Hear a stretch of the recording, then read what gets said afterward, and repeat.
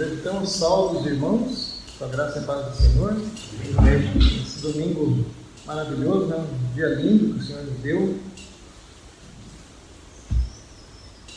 O melhor domingo de nossas vidas é hoje, porque nós temos o privilégio de cultuar ao Senhor. A gente não sabe o que vai estar aqui no próximo, então esse aqui é o melhor domingo que nós já tivemos até hoje.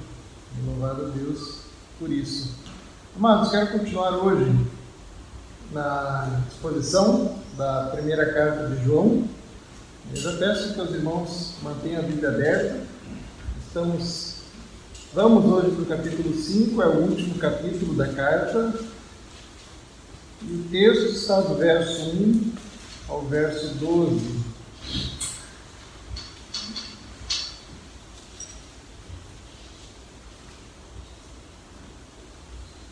Vou alterar hoje a ordem do nosso calendário. Esse sermão seria no próximo domingo. No próximo domingo eu vou falar um pouquinho a respeito da ceia, já que é o nosso domingo de ceia.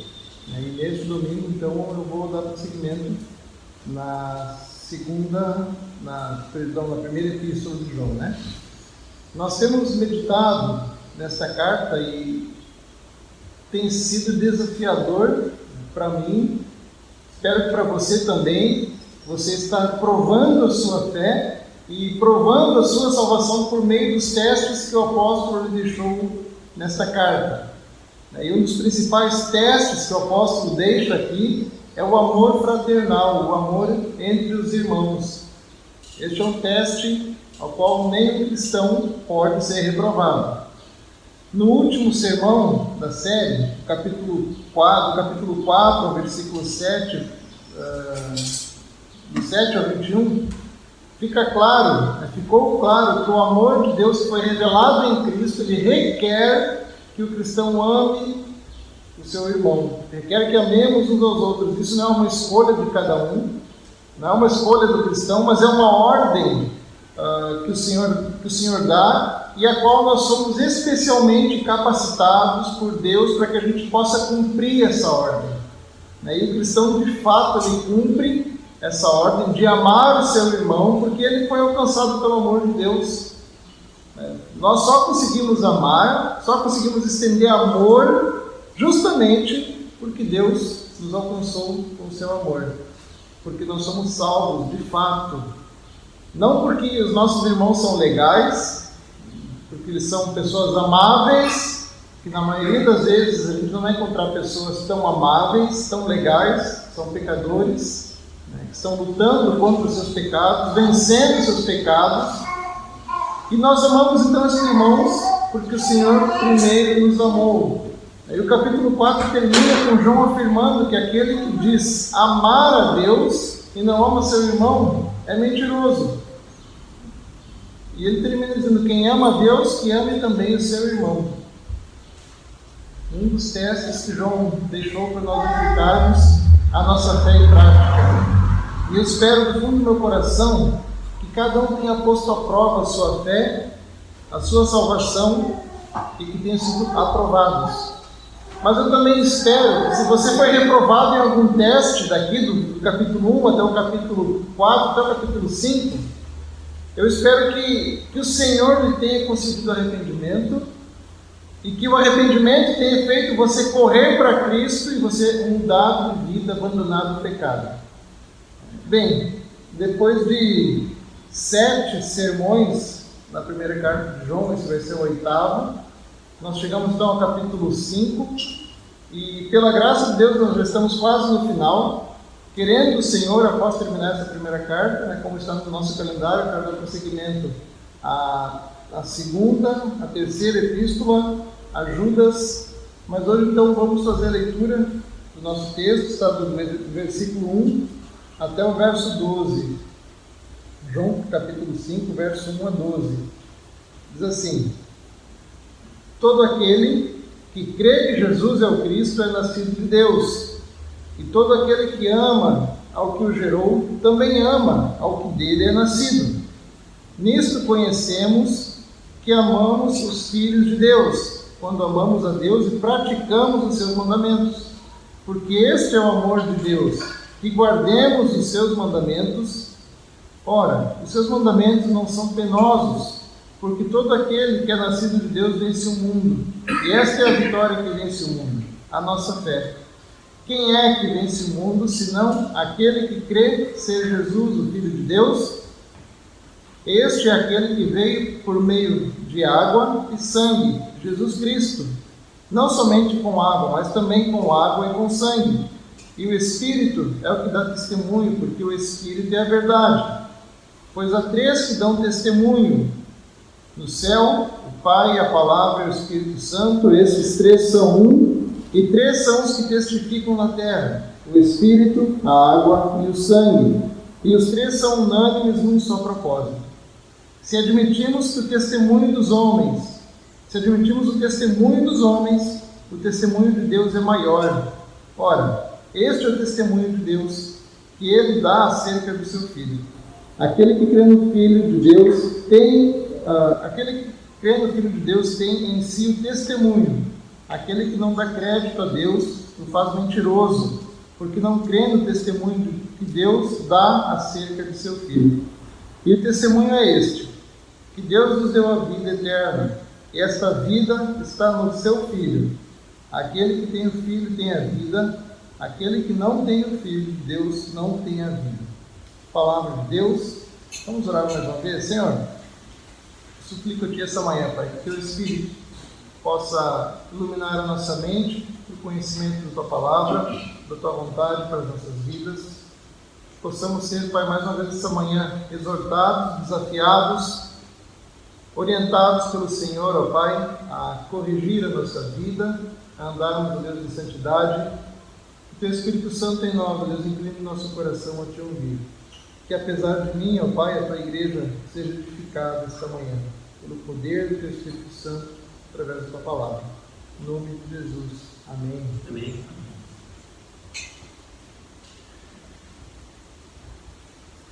Meus irmãos, aqui o apóstolo João, o apóstolo do amor, ele falou à igreja, escreveu à igreja a respeito de fé.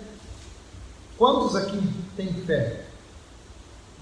Todos, né? Todos os homens possuem fé em alguma coisa, independente da crença, independente da descrença. O ser humano, o homem, por si só, ele é essencialmente um ser religioso. Ele é um ser que possui fé. Ele pode, por essência, ter fé na ciência, ter fé na razão, ter fé em homens, ter fé na religião. Outros têm fé na razão. Então, outros tratam a fé como um pensamento positivo. Às vezes a gente vê aquelas correntes do Facebook, às vezes eles copiam e colam também nos WhatsApp, né? Vamos mandar pensamento positivo, né? Tudo vai acabar bem. Nenhuma fé desse tipo, a verdade é que nenhuma fé dessas pode levar o homem a Deus. E João agora ele vai nos falar sobre fé verdadeira, a fé que salva o homem do inferno, a fé que faz com que o homem tenha acesso a Deus e a todos os benefícios de ser um filho de Deus. E principalmente, João vai nos falar quais são os efeitos dessa fé na vida daqueles que creem. Por exemplo, Deus nos amou, e o seu amor se manifesta no relacionamento entre os irmãos. É uma das maiores teses do apóstolo João nessa primeira carta. E nós vamos começar o texto, mais uma vez, essa manhã, com essa verdade diante dos nossos olhos.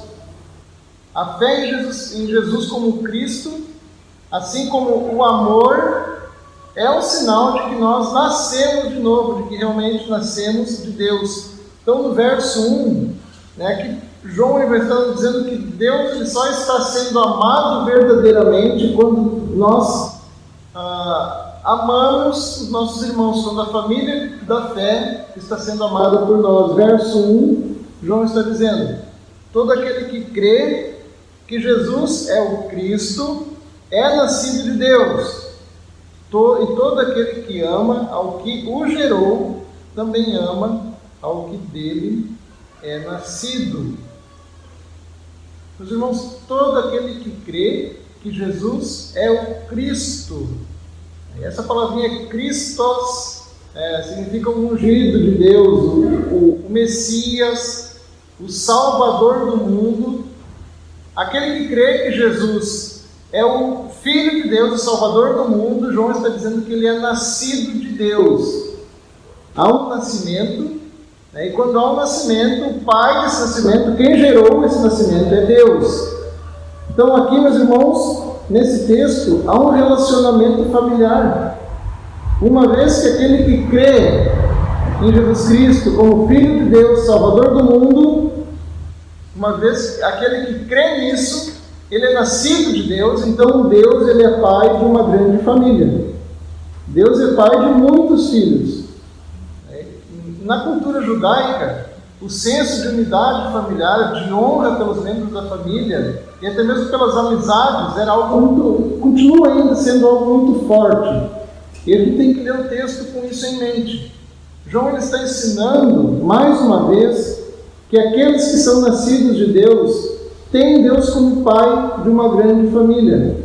E por isso eles honram o pai e, consequentemente, eles honram os outros filhos, porque são seus irmãos, eles amam os seus irmãos, amam a todos os filhos que o pai gerou, porque são seus irmãos. O apóstolo vem escrevendo isso durante toda a sua carta. Ele vem escrevendo sobre esse amor, o amor fraternal, em toda a sua carta. No Evangelho, João afirma que aqueles que creiam no nome do unigênito, João vai dizer que eles não nasceram do sangue, não nasceram da vontade da carne, e nem da vontade do homem, mas eles nasceram da vontade de Deus. Nasceram de Deus. Meus irmãos, como é bom nós chegarmos aqui domingo de manhã e saber que Deus, pelo conselho da sua própria vontade, Ele nos gerou. Que Deus, porque Ele quis, Ele nos deu vida. Ele nos deu arrependimento e fé para a gente crer em Jesus Cristo. E através de Jesus Cristo, Ele nos adotou como filhos legítimos. E agora, nós podemos fazer parte dessa imensa família do Senhor. E a primeira lição aqui é que todos que nasceram, todos aqueles que nascem de Deus, creem que Jesus é o Cristo e têm Cristo como o único objeto da sua fé. E a segunda lição é que a fé genuína ela não anda separada do amor. O amor é uma consequência. E você realmente foi salvo, você realmente foi encontrado e envolvido pelo amor de Deus. Em outras palavras, não há um verdadeiro amor para com Deus, exceto quando os nossos irmãos também estão sendo amados. Porque amamos o Pai, esse amor se estende naturalmente aos outros irmãos. Do verso 2 a 3 agora, João vai dizer que nós só amamos a Deus guardando e obedecendo a sua palavra. Versículo 2. Nisto conhecemos que amamos os filhos de Deus, quando amamos a Deus e praticamos os seus mandamentos. E aqui, já a gente leu o versículo 3. Agora, a fé e ao amor, João ele vai conectar a lei. Ele falou sobre fé e amor, e agora ele vai conectar a lei a esses dois temas, essas duas palavras. A lei do Senhor nos mostra, meus irmãos, como Deus é santo. A lei do Senhor nos mostra a essência de Deus. Por isso, quando a gente fala de lei, a gente não pode falar dela desvinculada do amor. Porque Deus é amor. João falou sobre isso no capítulo anterior. Quem ama a Deus deve ter o seu coração cingido, o seu coração pronto, estar preparado para obedecer à justiça. Versículo 20 e 21 do capítulo 4, João diz: se alguém disser amo a Deus e odiar a seu irmão, é mentiroso, pois aquele que não ama seu irmão a quem vê, não pode amar a Deus a quem não vê. Verso 21 ele diz: ora, temos da parte dele este mandamento, que aquele que ama a Deus, ame também o seu irmão. Nós estamos prontos para obedecer o mandamento do Senhor. Verso 3 agora do capítulo 5. Porque este é o amor de Deus, que guardemos os seus mandamentos. Ora, os seus mandamentos não são penosos. Meus irmãos, isso não significa que os mandamentos de Deus são leves, são fáceis de serem obedecidos. Não, não é isso que esse texto está dizendo, mas significa que aquele que nasceu de Deus pela fé, ele é capacitado a obedecer os mandamentos do Senhor. A gente vê o exemplo do salmista ao escrever o Salmo 119. E eu sempre falo, para quem eu posso, leia esse Salmo, o 119, uma vez por mês pelo menos. Medite nesse Salmo. Veja o amor do salmista pela palavra do Senhor, pela lei do Senhor, pelos decretos, pelos mandamentos. O salmista ele diz assim: quase acabaram com a minha vida na terra, mas eu não abandonei os teus preceitos. No verso 97 ele vai dizer: como amo a tua lei, medito nela o dia inteiro. Verso 96 ele diz: tenho constatado que toda perfeição tem limite, mas não há limite para o teu mandamento. Versículo 168 ele diz: obedeço aos teus mandamentos, amo-os infinitamente. Verso 47 o salmista escreve: tenho prazer nos teus mandamentos, eu os amo. Meus irmãos, a maneira correta de amar a Deus e aos outros não está naquilo que eu acho que eu tenho que fazer, mas está naquilo que o Senhor nos mandou fazer. O Evangelho de João, capítulo 14, versículo 21, diz: aquele que tem os meus mandamentos, Jesus Cristo falando, aquele que tem os meus mandamentos e os guarda, esse é o que me ama. Meus irmãos, como é bom você conversar com alguém que está encantado pela palavra de Deus, que está encantado pela lei do Senhor. Como nós precisamos disso hoje em nossas igrejas, como nós precisamos disso hoje em nossas casas, em nossas conversas. Como é bom a gente chegar ao final do culto no domingo e o assunto entre os irmãos não é o futebol que aconteceu antes do culto, ou que aconteceu ontem, mas o assunto entre os irmãos é a palavra do Senhor, porque os irmãos estão maravilhados com a palavra de Deus. Maravilhados, encantados com a palavra. E por isso as conversas são regadas pela palavra de Deus. Isso é maravilhoso, irmãos. Estar no meio de irmãos que amam a palavra de Deus.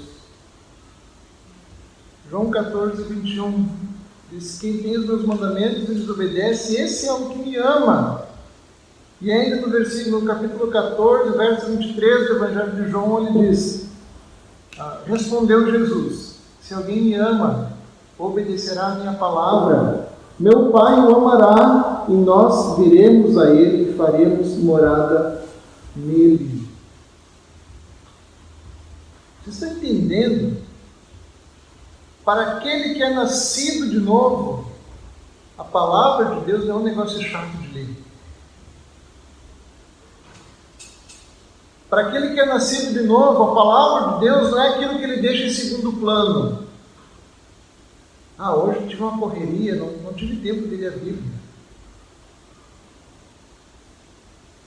Para aquele que é nascido de Deus, os seus mandamentos, os seus preceitos, a sua palavra não é um fardo que a pessoa tem que carregar. Chega em determinada hora do dia, a pessoa sente como se fosse um fardo. Vou ler a Bíblia só para bater cartão. Não é um fardo, mas é algo que nós amamos, porque nós amamos a Deus, porque nós amamos ao nosso Senhor Jesus Cristo. Isso não é penoso para nós. Em Gênesis, capítulo 29, a gente vê lá a história de Jacó. E no versículo 20 nos diz que Jacó precisou trabalhar 7 anos para receber por esposa aquela que ele amava. E depois ele foi enganado pelo sogro né? E ele trabalhou mais 7 anos. 14 anos. Mas a Bíblia nos diz que para Jacó, esses pareceram poucos dias, pelo tanto que ele a amava. Meus irmãos, pelo muito que nós amamos ao Senhor, a palavra dele não é um fardo para nós, para aquele que é verdadeiramente nascido de Deus.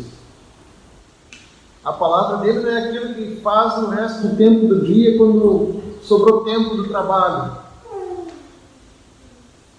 Meus irmãos, o mundo inteiro, Satanás, os seus demônios, a nossa própria carne, tentam a cada segundo nos impedir de chegar aonde o Senhor nos chama. Só o temor a Deus e corajosamente a guarda dos seus preceitos podem nos fazer resistir ao mundo, ao diabo e à nossa má vontade. Nós precisamos ter prazer na palavra do Senhor, porque os seus mandamentos não são um fardo pesado. Os seus mandamentos não são algo que nós nos cansamos por ser chato e enfadonho. Todo cristão tem que se debruçar sobre a palavra de Deus, até que ele consiga verdadeiramente falar o que o salmista falou: como amo a tua lei, eu medito nela o dia inteiro. Tenho constatado que toda perfeição tem um limite, mas não há limites para o teu mandamento. Senhor, eu obedeço os teus preceitos, eu os amo infinitamente. Tenho prazer nos teus mandamentos, eu os amo. A palavra de Deus não é algo chato para o cristão, não é algo penoso.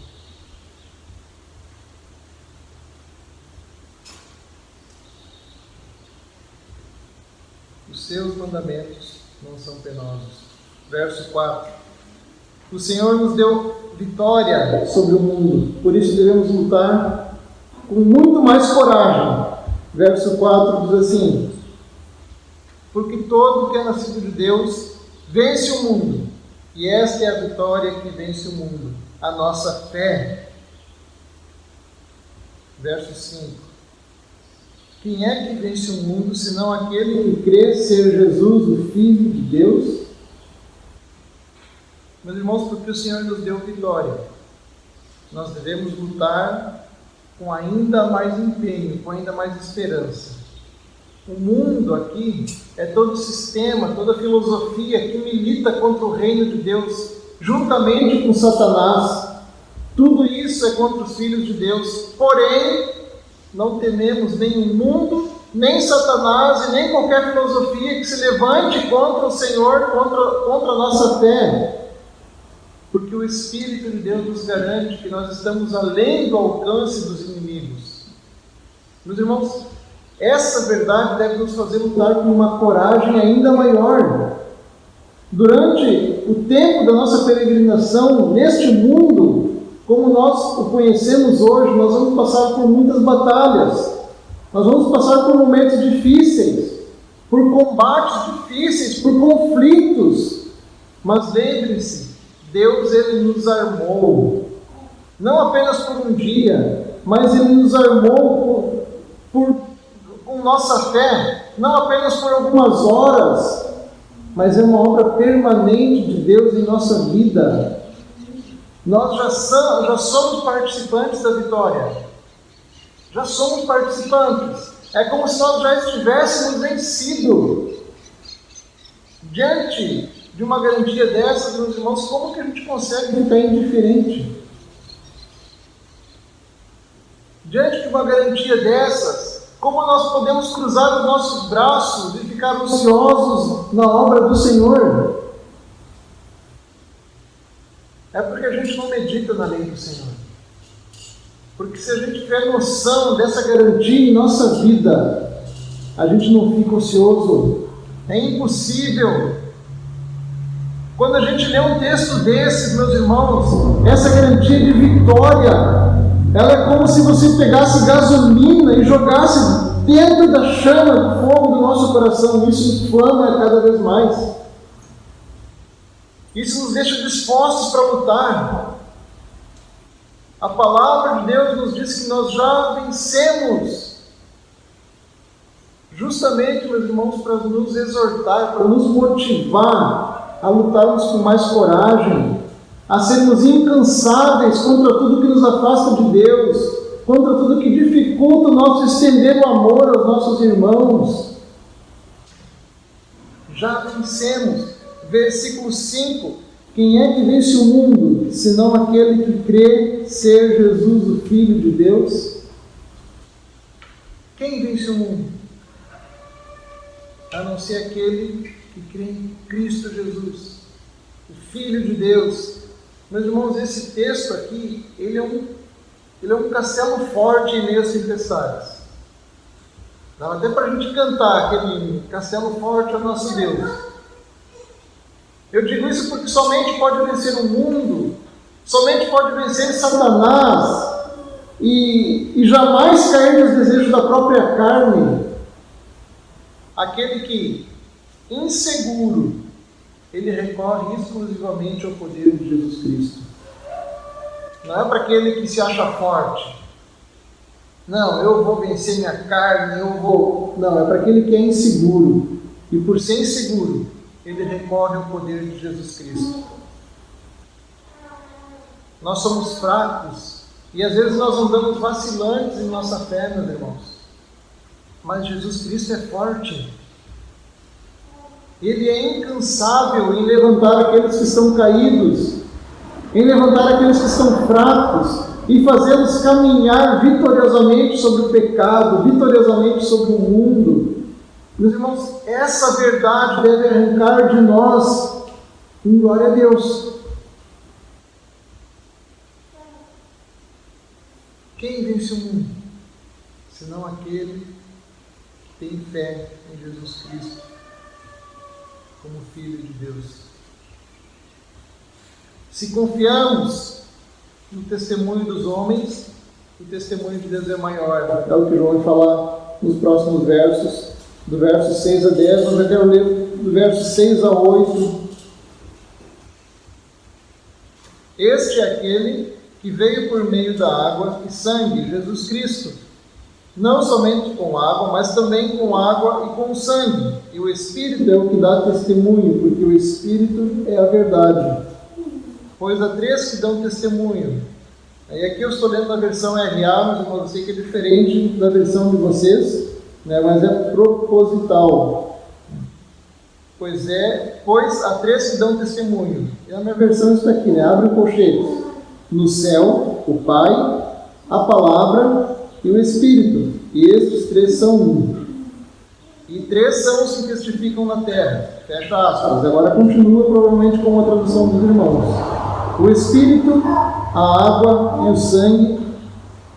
E os três são unânimes num só propósito. Até aqui. Há várias interpretações, meus irmãos, para os versos 6 ao 8, ao 9. Pelas palavras água e sangue, alguns interpretam que isso refere-se ao início do ministério de Jesus Cristo, né, o seu batismo, onde o Espírito Santo desceu sobre ele, né, como uma pomba, e naquele momento o próprio Deus ele dá testemunho do Filho, né, com a sua voz vinda dos céus, dizendo: esse é meu Filho amado em quem eu me agrado. Né, Lucas capítulo 3, versos 16 e 17. E o sangue, significando a morte substitutiva de Cristo na cruz do Calvário.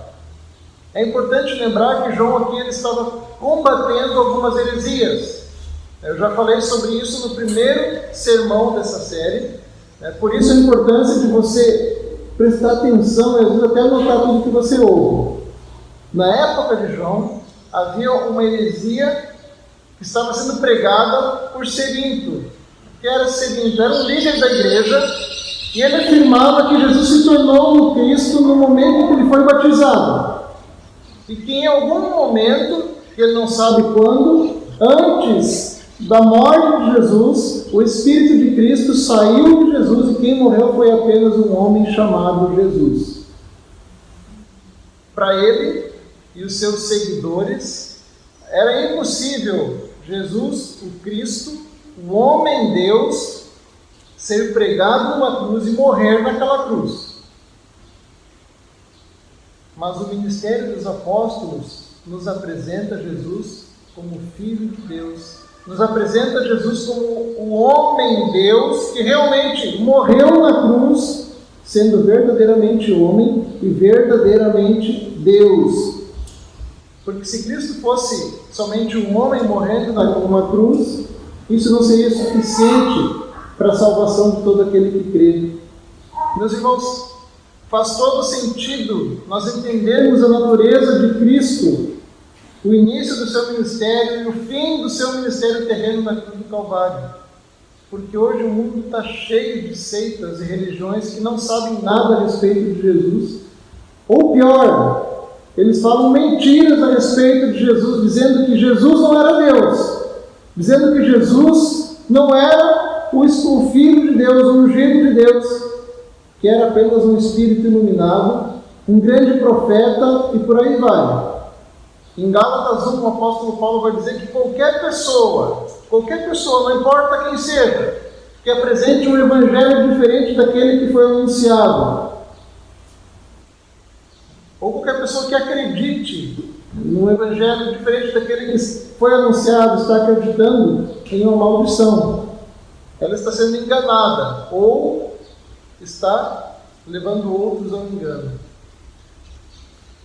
Eu tenho que falar, meus irmãos, que se você não crê no Evangelho de Cristo, no Cristo que veio em carne, no Cristo que veio sem pecado algum, que era verdadeiramente homem, mas que era verdadeiramente Deus, se você não crê que Ele morreu para pagar pelo preço do seu pecado, você está destinado ao inferno.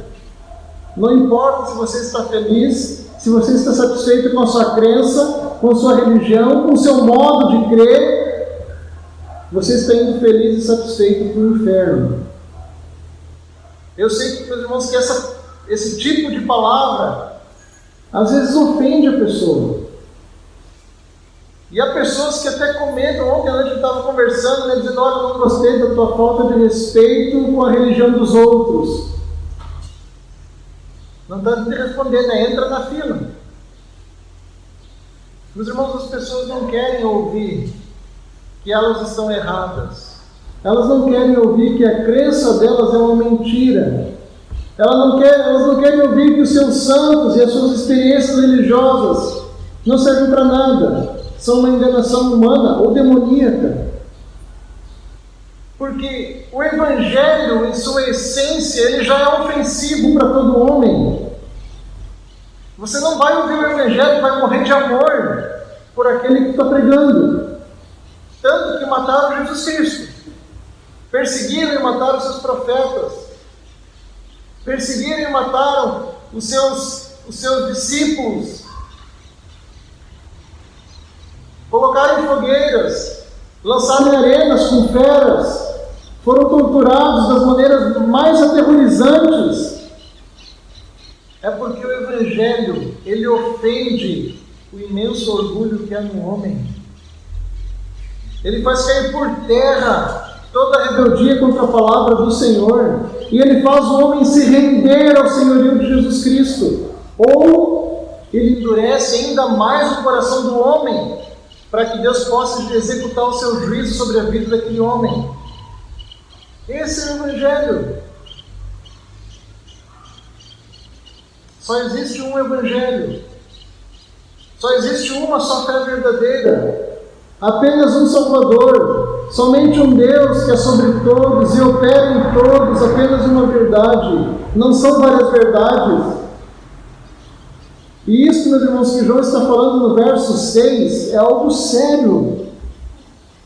É algo importante. Aquele que veio por meio do sangue e água, Jesus Cristo, não somente com água, mas também com água e com sangue. E é o Espírito que dá testemunho, porque o Espírito é a verdade. Meus irmãos, é importante, porque se alguém não reconhece a obra de Jesus Cristo em favor dela, ela não pode ser salva. ela não tem como ser salva. Nós precisamos reconhecer que aquele que morreu na cruz era verdadeiramente Deus e verdadeiramente homem, para poder perdoar os nossos pecados. E é o Espírito Santo que dá esse testemunho. É o Espírito Santo que mostra aos cristãos, que mostra a nós que a nossa fé em Cristo é verdadeira, que Ele veio, que Ele pagou pelos nossos pecados, para que hoje nós pudéssemos estar reconciliados com Deus. Essa certeza, meus irmãos, é obra do Espírito Santo em nós. No finalzinho do verso 6, é o Espírito, e o Espírito é o que dá testemunho, porque o Espírito é a verdade. Agora, versos 7 e 8. Porque há três que dão testemunho: no céu, o Pai, a Palavra e o Espírito Santo. E estes três são um. E três são os que testificam na terra: o Espírito, a água e o sangue. E os três são unânimes num só propósito. Eu estou lendo uma versão diferente. Eu sei que os irmãos aqui, a maioria tem Almeida, Corrigido e Fiel. Eu estou lendo aqui na RA. Meus irmãos, por que na RA tem um colchete ali, né? Por que esses colchetes aparecem na Bíblia? Aqui, eles são conhecidos como cláusula joanina. É o nome dado a este parágrafo, que não consta em todas as Bíblias. Na versão NAA, na século XXI, se eu não me engano, na Almeida, Corrigido e Fiel, elas não possuem essas palavras. E eu creio que isso é uma discussão muito importante. Essa questão ela se levantou no início do século passado, quando muitos homens de Deus, homens que se debruçam, estudiosos da palavra do Senhor, que entendem profundamente os idiomas originais, eles lendo, eles entendem que essas palavras que eu li para os irmãos aqui nesta versão, que elas não deveriam estar na Bíblia. E eu concordo com eles. Essas palavras elas não aparecem nos manuscritos gregos antes do século XVII. Ou seja, elas não aparecem nos manuscritos mais antigos, mas naqueles que foram feitos mais cópias. E a gente sabe, né, que quanto mais cópias feitas de um manuscrito, maior é a possibilidade de alguma anotação adicional. E esse acréscimo dos versos 7 e 8, ele só aparece nos manuscritos mais recentes, ainda como notas de rodapé. Eles foram adicionados na margem do texto, não no texto. Eles foram adicionados na margem. E essas palavras, meus irmãos, elas não aparecem em nenhuma citação, em nenhuma das versões mais antigas da Bíblia. Sabe o que acontece?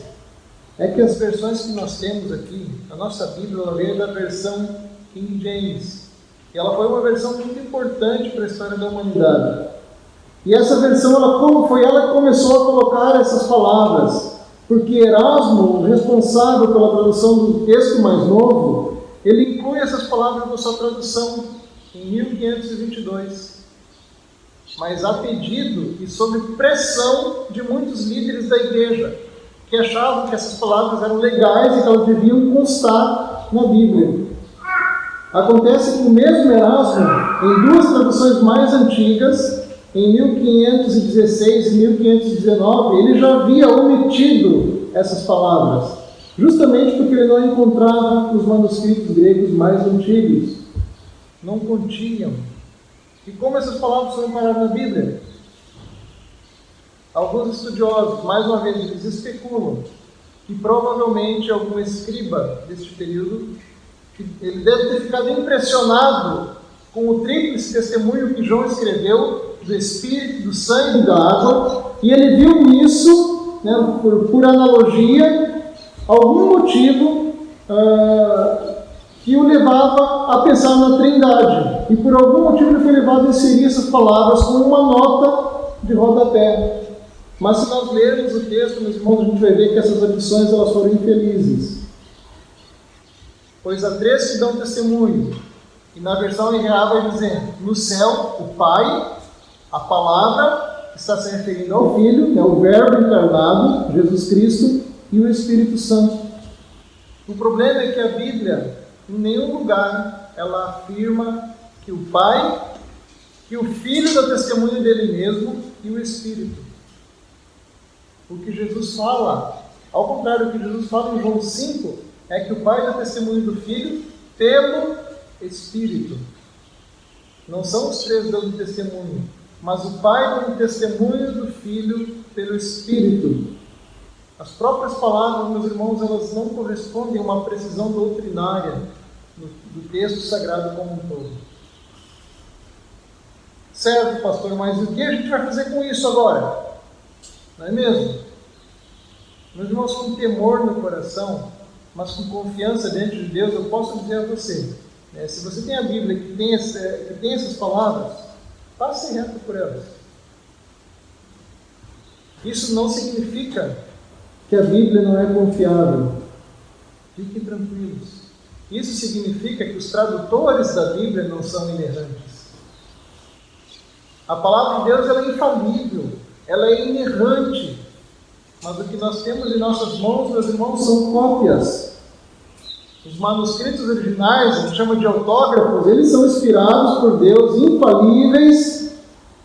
Mas os tradutores, os escribas, eles podiam às vezes utilizar palavras que não fossem tão corretas para traduzir algumas partes do texto bíblico. E a gente, todo cristão, ele é ciente disso, ele não vê problema nisso. Ao longo de toda a história, a gente teve alguns pequenos erros de traduções, e a maioria desses erros, meus irmãos, já foram corrigidos nas traduções que nós temos hoje. Então fiquem tranquilos.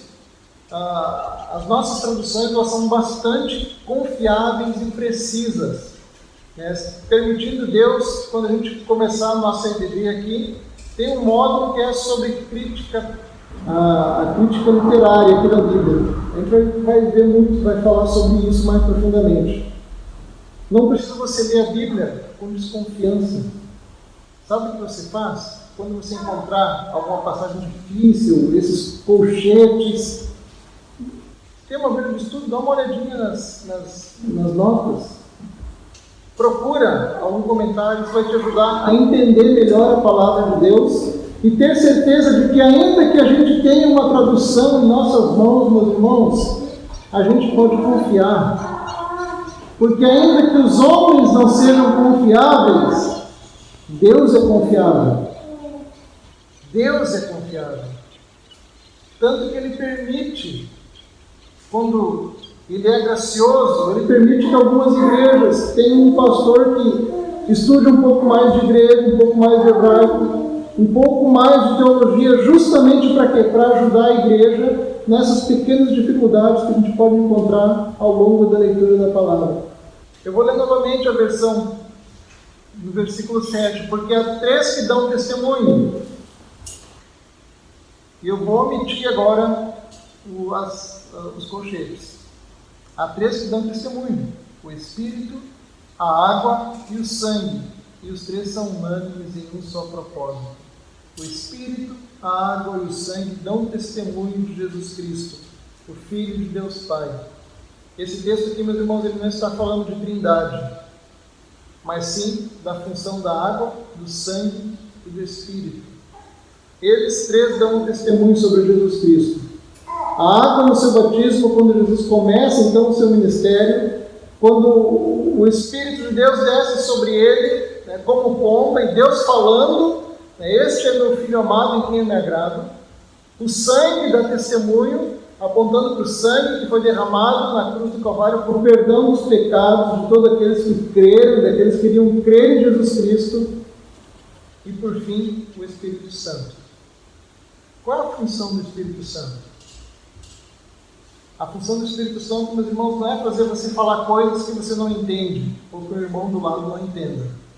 A função do Espírito Santo não é fazer você gritar, não é fazer você cair no chão, ficar desacordado, em transe. O Espírito Santo veio com uma missão. Em Atos capítulo 1, Jesus disse que seus discípulos seriam testemunhas. E em Atos capítulo 2, quando o Espírito é derramado sobre os discípulos, ele foi derramado para que os discípulos testemunhassem de Jesus. Essa é a função do Espírito Santo, testemunhar. É Ele quem leva as pessoas a Jesus Cristo. E, meus irmãos, essa é uma autoridade que procede do próprio Deus. Verso 9: se admitimos o testemunho dos homens, o testemunho de Deus é maior. Ora, este é o testemunho de Deus que Ele dá acerca do seu Filho. Meus irmãos, nós não acreditamos no testemunho dos homens em diversas áreas da nossa vida. Você não acredita? Você não acredita no diagnóstico do médico? Você não acredita no testemunho de um cozinheiro que vai lá, cozinha para você? Você come aquela comida. Você está acreditando, você está confiando em homens. Você está dirigindo na estrada, você não confia no motorista que está vindo na faixa contrária, de que ele não vai invadir a sua pista e vai dar no meio de você. A gente confia. Homens que podem mentir, que podem enganar, homens que fazem o que é mal, homens que não gostam de ouvir a verdade. Nós confiamos. E quantas vezes nós receamos em falar a verdade quando não somos confrontados para falar a verdade? Meus irmãos, se pelo testemunho de homens que mentem, nós acreditamos em coisas. Meus irmãos, é loucura fazer com que Deus receba menos crédito quando Ele é o juiz supremo. Não merece Ele ser crido por nós com muito mais intensidade do que aos homens? Sabe por que a Bíblia, meus irmãos, é confiável? Sabe por que você pode pegar essa cópia que você tem e crer que ela é confiável? Mas sabe por que Cristo é confiável? Porque Deus está dizendo que Ele é confiável. Ponto. Eu acho esplêndido isso, porque quando a gente chega a passagens como essa, é um carteiraço que a Bíblia dá na gente. É aquelas passagens que dizem que a gente fica às vezes pensando: por que Deus fez assim e não fez do outro jeito? Por que Deus salva uns e não quis salvar outros? E a Bíblia vai te dizer porque Ele quer. E você vai discutir com isso. Por que eu posso confiar em Deus? Porque Deus disse que Ele é confiável. Não precisa de mais nada. É Deus quem testemunha a respeito de Jesus Cristo, de que Jesus é o seu Filho amado, de que o sangue de Jesus foi derramado, e esse sangue cobre multidões de pecados. É Deus quem diz que todo aquele que crê e for batizado será salvo. É Deus quem diz que quem não crê está condenado. Este é o testemunho de Deus a respeito do seu Filho. Verso 10: aquele que crê no Filho de Deus tem em si um testemunho. Aquele que não dá crédito a Deus o faz mentiroso, porque não crê no testemunho que Deus dá acerca do seu Filho. O texto aqui está dizendo que aquele que crê no Filho de Deus tem nele esse testemunho. Que testemunho é esse? É o testemunho interior do Espírito Santo que todo cristão tem. É a certeza que só o cristão pode ter no seu coração de que Cristo morreu por ele. E essa é toda a sua garantia, e essa é toda a sua esperança. Só isso. Meus irmãos, uma pessoa só pode crer verdadeiramente que Cristo morreu por ela se o Espírito a convencer dessa verdade. E essa é uma esperança que só o cristão pode ter. Só o cristão. Deixa eu te fazer uma pergunta. Você crê realmente que Cristo morreu pelos seus pecados e por isso sua vida pertence a Ele? Você crê nisso? Se a resposta for sim, você é um crente. Jesus Cristo te salvou. Ele te selou com o Espírito Santo.